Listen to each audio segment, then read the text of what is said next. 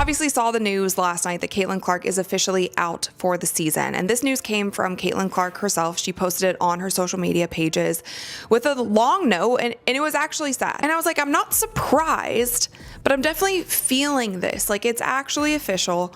We're not going to see Caitlin Clark play for the rest of the season. Now, from Caitlin's perspective, it seemed like she was really trying, and she was really trying to do everything she possibly could to get back on the court. Maybe she was the one who had the hope that she could get back out there. Caitlin Clark said it herself. "I will not be returning to play this season." That one line sent shockwaves across the league. Think about it. Within hours, ticket prices collapsed, fans pulled back, and an entire season's marketing plan unraveled. You've probably noticed the silence on ESPN, the drop in highlights, the sudden shift in energy. The true fact of the matter is that Caitlin Clark has been injured since before the season started.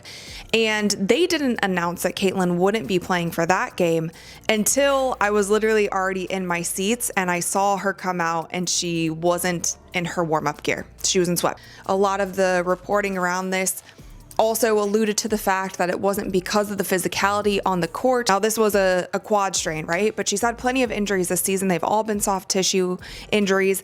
They've hopped from one leg to another. Then she had the bone bruise. A lot of the reporting around this was saying that none of these injuries were related. But what no one is saying out loud is the full extent of this crisis. Why has one player's groin injury triggered an economic and cultural earthquake for the entire WNBA? Before we move on, I'd like to ask you a small favor. If you appreciate this content, please take a second to like this video and subscribe to the channel. Over 98% of you watch the videos without subscribing.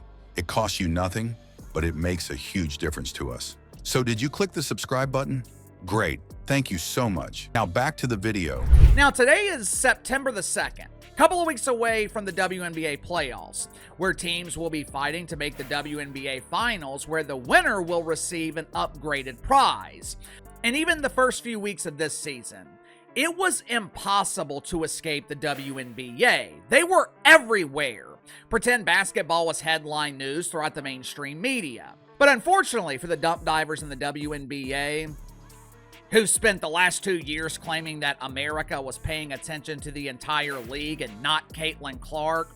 Unfortunately for the WNBA, no one is watching. No one is paying attention.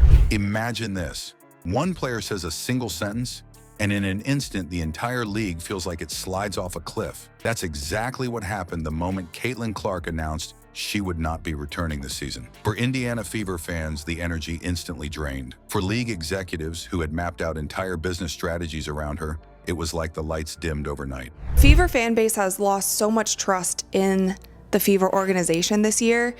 And not only from the injury reporting, but it stems from the injury reporting.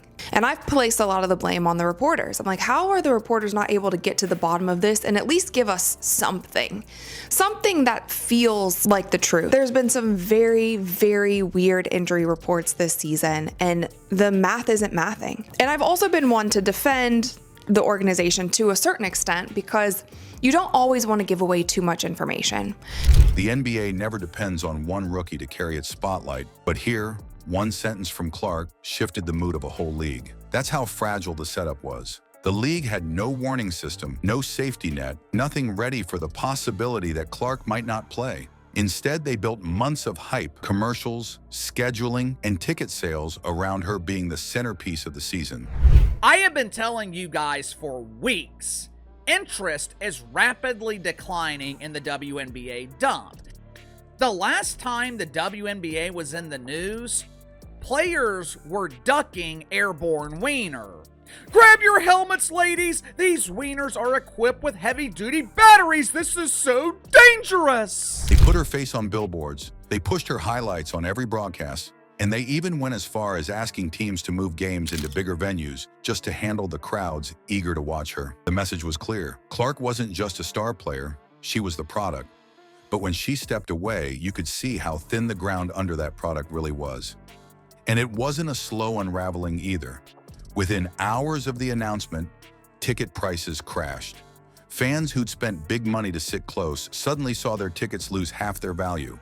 Venues that had been upsized to seat 20,000 people were left with gaping empty sections. It almost looked embarrassing for the league when clips popped up online of entire sections unfilled in stadiums that had been expanded only for her. All that confidence in her ability to fill arenas turned into arena managers scrambling to curtain off unused seats. The numbers tell a clear story here. When Clark was on the court, games were pulling in over 1.2 million viewers nationally. That's a big deal for the league. When she wasn't playing, that number fell below 850,000. You can do the math. That's close to a 53% drop, and it didn't stop there. Regular games without Clark slipped even lower, with some averaging around 549,000. That's nearly cutting the audience in half just by removing one person. It's not like fans suddenly lost interest in basketball. It's that casual viewers had tuned in directly for Clark. Take her away, and they tuned out. Fans didn't just vanish quietly either. A lot of them felt tricked. The Indiana Fever front office did not release her full status right away. They softened the message, delayed making it official, and even gave hints here and there that sparked hope she might return. When the truth finally came out, plenty of fans accused them of stringing everyone along just to sell a few more tickets and keep hype alive for as long as possible. That kind of move damages trust, and for a league still trying to grow its core audience, every betrayal like that can leave long-lasting scars. The financial side of this is bigger than most people realize. We're not just talking about ticket sales at Fever games. The ripple included merchandising, broadcasting contracts that had promised higher ad rates, and even partnerships that were negotiated expecting consistent million-plus viewers. Economists put the estimate at over $1 billion in lost impact. That covers everything from jerseys to streaming rights to the simple cost of empty hotel rooms in cities that had banked on larger crowds traveling for matchups. This wasn't a minor dip. This was a billion-dollar hit triggered by one player going down. Think about what that says. Clark wasn't just leading a team on the court. She was carrying the entire business model of the WNBA on her shoulders. Every storyline, every major deal, every expansion pushed this season was pinned to her presence. Take her out, and the machine stalled. It's not even about whether she's the best player right now or whether she'll eventually become the greatest of all time. The truth is simpler and sharper. She was the reason casual fans were watching at all. That's how much the league depended on her. So here's where it gets tricky. If one player's absence can cause this big of a collapse, it makes you wonder if the WNBA can really move forward as more than just a one-star product. Can the league create a deeper foundation with multiple stars who pull in attention? Or does Clark's absence expose the harsh truth about how fragile all this growth has been so far? Clark's exit wasn't just tough for the Fever. It exposed how much of the league's spotlight was sitting on her shoulders alone. The games, the ratings, the headlines, everything pointed back to one young player carrying way more weight than she ever should have. That's not just risky, it's unsustainable if growth is the goal.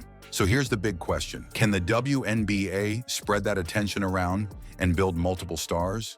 Or will it keep cashing in on a single golden goose? Drop a comment, wake-up call, or early signs of another decline?